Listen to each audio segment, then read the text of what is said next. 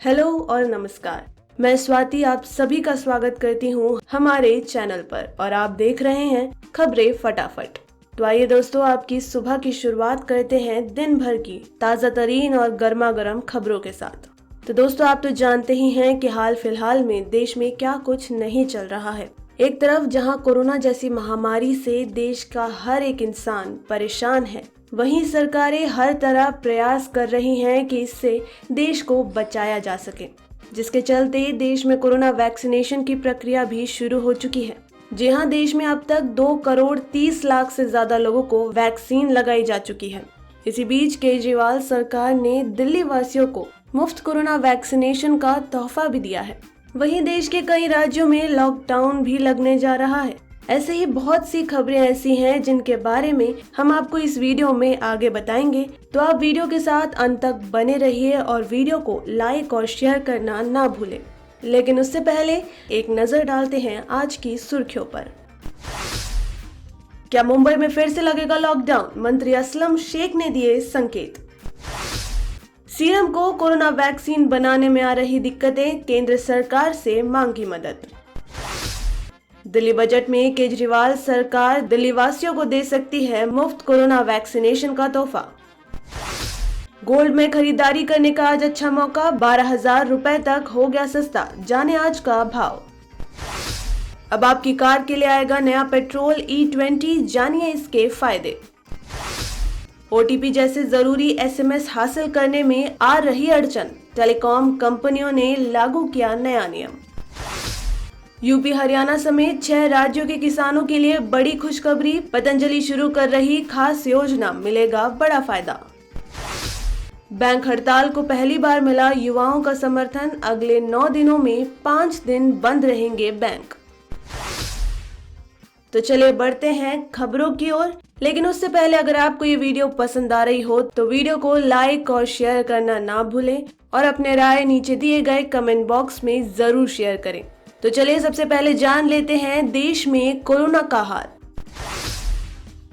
देश में जानलेवा कोरोना वायरस फिर बढ़ रहा है। देश में आज लगातार तीसरे दिन 15,000 से ज्यादा नए केस सामने आए हैं। स्वास्थ्य मंत्रालय ने बताया है कि पिछले 24 घंटों में देश में 15,388 नए केस दर्ज किए गए हैं। वहीं इस महामारी से कल 77 लोगों की मौत हो गई है। देश में अब तक 2 करोड़ 30 लाख से ज्यादा लोगों को वैक्सीन लगाई जा चुकी है। वहीं ताजा आंकड़ों की बात करें तो उसके मुताबिक देश में कोरोना के पॉजिटिव मामलों की संख्या 1 करोड़ 12 लाख 44,786 पहुंच गई है। इनमें से 1,57,930 लोगों की मौत हो चुकी है। देश में सक्रिय मामलों की कुल संख्या बढ़कर 1,87,462 हो गई है। तो चलिए बढ़ते हैं अगली खबर की ओर। दिल्ली के उप मुख्यमंत्री मनीष सिसोदिया ने मंगलवार को दिल्ली विधानसभा में बजट पेश किया।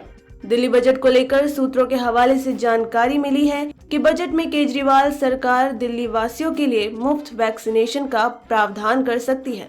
इस समय दिल्ली में प्राइवेट अस्पतालों में 250 रुपए में और सरकारी अस्पतालों में 60 साल से अधिक उम्र के अलावा गंभीर बीमारियों से ग्रसित 45 साल से अधिक उम्र के लोगों को मुफ्त वैक्सीन लगाई जा रही है।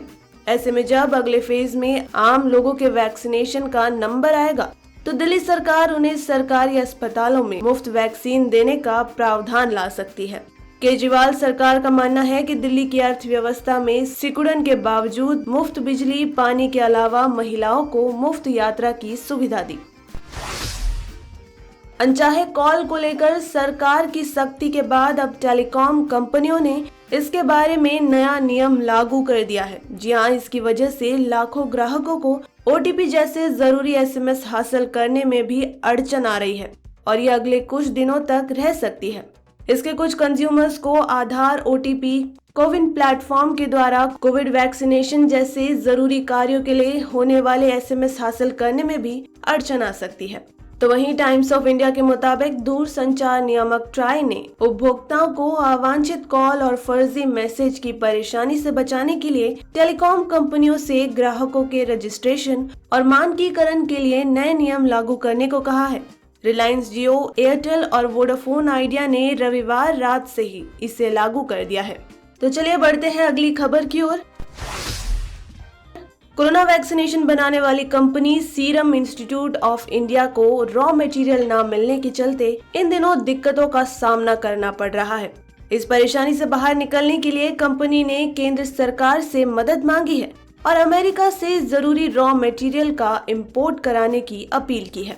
कॉमर्स सेक्रेटरी अनूप वधावन और विदेश सचिव हर्षवर्धन श्रृंगला को पुणे स्थित SII में सरकार और रेगुलेटरी अफेयर्स के डायरेक्टर प्रकाश कुमार सिंह ने एक चिट्ठी लिखते हुए कहा, अमेरिकी सरकार ने डिफेंस प्रोडक्शन एक्ट लागू किया है, जिसके कारण कंपनी को वैक्सीन बनाने में जरूरी प्रोडक्ट्स जैसे raw material, single use tubing assembly और स्पेशल केमिकल अमेरिका से इंपोर्ट करने में मुश्किलें हो रही हैं। मुंबई में कोरोना की रफ्तार सरकार और स्थानीय प्रशासन को डरा रही है। शहर में 131 दिन बाद फिर से 1361 नए मामले सामने आए हैं। इन आंकड़ों ने सरकार की नींद उड़ा दी है। मुंबई के संरक्षक मंत्री असलम शेख ने बताया कि शहर में आंशिक रूप से लॉकडाउन लगाया जा सकता है। स्थानीय प्रशासन इस पर विचार कर रहा है। उन्होंने कहा कि यदि इसी रफ्तार से कोरोना के मामले बढ़ते रहे तो लॉकडाउन के अलावा दूसरा कोई विकल्प नहीं बचता है। महाराष्ट्र में बीते 24 घंटों में 11,141 कोरोना के मामले सामने आए हैं, तो वहीं 142 दिन बाद राज्य में कोरोना के इतने मामले आए हैं। बढ़ते हैं अगली खबर की ओर। पेट्रोल डीजल की बढ़ती कीमतों के बीच अब एक राहत की खबर ये है कि बाइक्स और कारों में E20 पेट्रोल के इस्तेमाल की इजाजत मिल गई है। जी हाँ, E20 का मतलब हुआ ऐसा पेट्रोल जिसमें 20% इथेनॉल मिला होगा। सड़क और परिवहन मंत्रालय ने E20 को इस्तेमाल करने के लिए नोटिफिकेशन जारी कर दिया है। मंत्रालय की ओर से कहा गया है कि E20 एक ऐसा पेट्रोल है जो वातावरण के लिए भी अच्छा है, क्योंकि इससे कार्बन मोनोऑक्साइड और हाइड्रोकार्बन सामान्य पेट्रोल के मुकाबले बेहद कम निकलता है। इस ईंधन के लिए कार और बाइक मैन्युफैक्चरर्स को अलग से बताना होगा कि कौन सा वाहन E20 के लिए उपयुक्त है, तो वहीं इसके लिए वाहन में एक स्टिकर भी लगाना होगा। ऑयल मार्केटिंग कंपनियों ने आज यानी 10 मार्च को भी पेट्रोल और डीजल की कीमतों में बढ़ोतरी नहीं की है। इससे पहले भी कंपनियों ने लगातार 10 दिनों से कीमतों को स्थिर रखा है। इसी को देखते हुए दिल्ली में आज पेट्रोल 91.17 रुपए और डीजल 81.47 रुपए प्रति लीटर है। मुंबई में पेट्रोल 97.47 रुपए और डीजल 88.60 रुपए प्रति लीटर है। कोलकाता में पेट्रोल 91.35 रुपए और डीजल 84.35 रुपए प्रति लीटर है। चेन्नई में पेट्रोल 93.12 रुपए और डीजल 86.45 रुपए प्रति लीटर है। तो बढ़ते हैं अगली खबर की ओर। मंगलवार को लगातार तीसरे दिन सोने के भाव में तेजी देखने को मिल रही है। आज के कारोबार की शुरुआत 22 कैरेट गोल्ड का भाव 160 रुपए बढ़कर 43,680 रुपए प्रति 10 ग्राम रहा, जबकि एक दिन पहले सोमवार को यह 43,520 रुपए था। MCX पर सोने का वायदा भाव 44,360 प्रति 10 ग्राम था। वहीं चांदी वायदा 0.5% बढ़कर 66,202 प्रति 10 ग्राम हो गई है। आपको बता दें, सोने के भाव 11 महीने के निचले स्तर पर आ गए हैं। अगस्त में गोल्ड 56,200 की रिकॉर्डिंग ऊंचाई पर ट्रेंड कर रहा था। इस लेवल से अब तक सोने की कीमतों में 12,000 रुपए की गिरावट देखने को मिली है। दिल्ली में 22 कैरेट गोल्ड का भाव देखें तो यह भी बढ़कर 44,150 रुपए प्रति 10 ग्राम पहुंच गया है, जबकि एक दिन पहले यह 43,860 रुपए प्रति 10 ग्राम था। अगर आपको बैंक से जुड़ा कोई कामकाज है तो समय से पहले ही निपटा लीजिए, वरना आपको परेशानी का सामना करना पड़ सकता है, क्योंकि मार्च महीने के आने वाले 9 दिनों में 5 दिन बैंक बंद रहने वाले हैं। इसमें 11 तारीख यानी कि गुरुवार को महाशिवरात्रि की छुट्टी रहेगी। वहीं 12 मार्च को बैंक खुले रहेंगे। इसके बाद शनिवार और रविवार को छुट्टी होने की वजह से बैंक नहीं खुलेंगे। इसके बाद 15 मार्च यानी कि सोमवार और 16 मार्च को बैंक हड़ताल की वजह से बैंक बंद रहेंगे।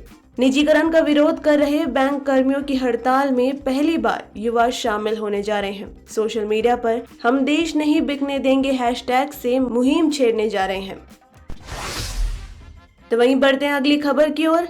यूपी, दिल्ली, उत्तराखंड, हरियाणा, पंजाब और राजस्थान के किसानों के लिए बड़ी खुशखबरी है। जी हाँ, सभी 6 राज्यों के किसानों को अब अपनी सब्जी और फल बेचने के लिए यहाँ वहाँ नहीं भटकना पड़ेगा। 6 राज्यों के हजारों किसानों को जल्द ही ग्रेटर नोएडा में एक ही छत के नीचे नया बाजार मिल जाएगा। इतना ही नहीं, राज्यों के हिसाब से पैदा होने वाली खास जड़ी बूटियों को भी यहाँ बाजार मिलेगा। आपको बता दें, बाबा रामदेव की कंपनी पतंजलि जल्द ही फूड और आयुर्वेद पार्क का निर्माण शुरू करने जा रही है। Yamuna express industrial development authority पहले ही कंपनी को जमीन का आवंटन कर चुकी है। गौरतलब है कि दोनों ही फूड और आयुर्वेदिक पार्क के लिए Yamuna express industrial development authority की ओर से ग्रेटर नोएडा में यमुना एक्सप्रेसवे के किनारे पतंजलि को जमीन दी जा चुकी है।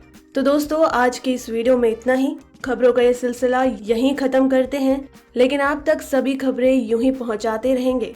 आप बस चैनल के साथ बने रहिए और चैनल को सब्सक्राइब कर लीजिए। तो चलिए मिलते हैं कल, तब तक के लिए धन्यवाद।